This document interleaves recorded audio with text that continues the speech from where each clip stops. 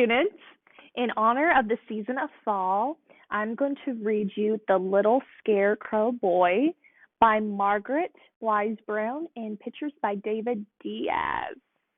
Now, have you guys seen a scarecrow before? Like in a garden, perhaps? Or have you guys watched The Wizard of Oz and seen the scarecrow that went to help Dorothy to go to the land of Oz?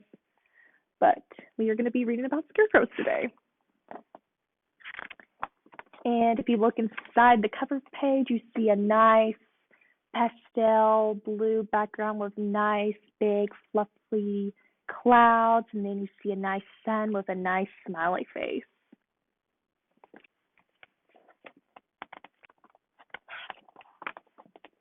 The Little Scarecrow Boy.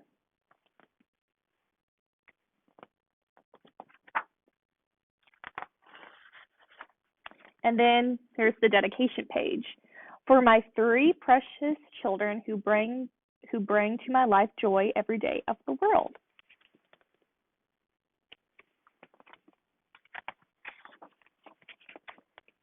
Ooh, I like how in the beginning of this, like the letter O is in shape of a moon. That's pretty cool. Once upon a time, in a cornfield, there lived a scarecrow and his scarecrow wife and their little scarecrow boy.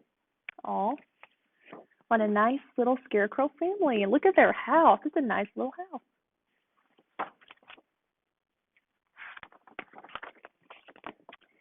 Every day of the world, Old Man Scarecrow went into the cornfield to make faces at the crows. Every day of the world, his little scarecrow boy wanted to come too. And every day of the world, Old Man Scarecrow said, "No, no, little boy, you can't go. You're not fierce enough to scare a crow. Wait until you grow." So every day, the little scarecrow boy stayed at home all day and just grew. Now, have you ever wanted to do something with your parents, but they said, "No, you're too young"? This is one of those times where he's too young to go to the cornfield to scare off crows. But if you look right here, you see the word crow, and then you see grow. What are the similarities between those 2 words, crow and grow? They both end, actually, if you take away the C and the G, you have the word grow. So that's pretty cool. Crow and grow. Nice rhyming word. Every day out in the field, Old Man Scarecrow waved his arms and made terrible faces. He made such terrible faces that the crows nearly lost their feathers at the sight of him there, and they flew far, far away.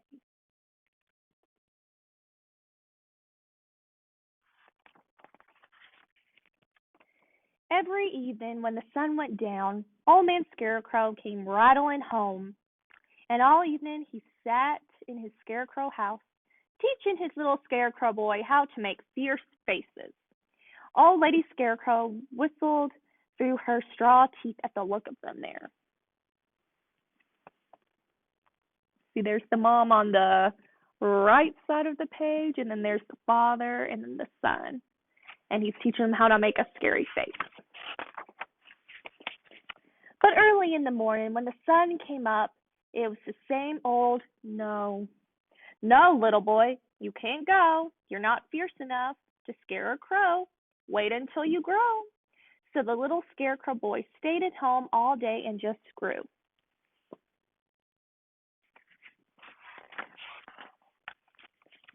Then one day, after the little boy had learned all 6 of his father's terrible faces so that he can make them one after the other, he decided to run away.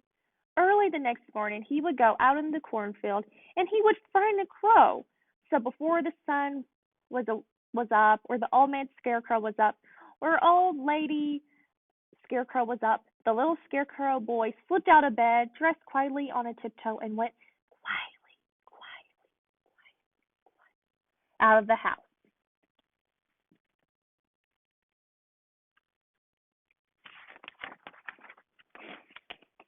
Over to the cornfield, up on his father's post, in his father's place. It was a fine, shining morning when the sun gleaming green down the corn blades.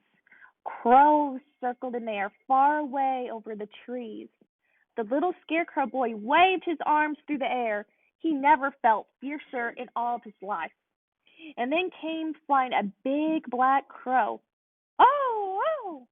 The little scarecrow made his first fierce face, and still came flying the big black crow.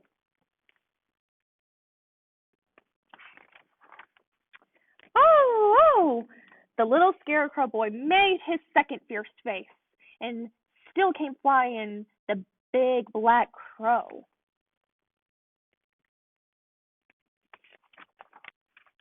His third face. Oh, oh, oh! Time to go. So the little scarecrow boy ran and he ran down the corn rows. The black flapping wings made a noise now, and looking back, he could see the blue sky through the ragged feathers of the nearest crow.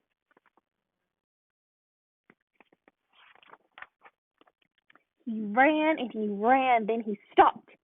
His fourth face. He still came flying the big black crow. So he ran and he ran and he ran and he ran. And the crow flew and he flew and he flew and he flew. And the little scarecrow boy ran. Now, I would be terrified too of the crows too. Now, crows scare me.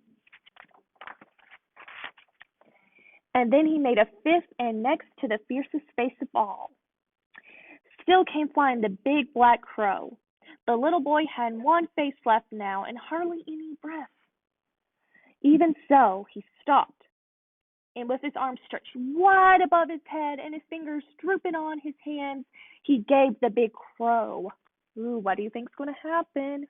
Do you think this fierce face is going to work? Let's find out. The sixth face, and whoa! The old crow flew backwards through the air, feathers flying everywhere until there wasn't even a shadow of a crow on the land. A scarecrow at last.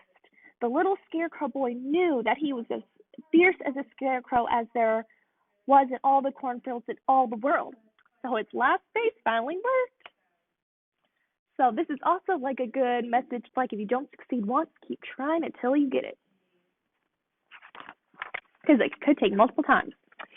And then he saw a shadow in front of him, and he looked up, and there behind him was an old man scarecrow, his father.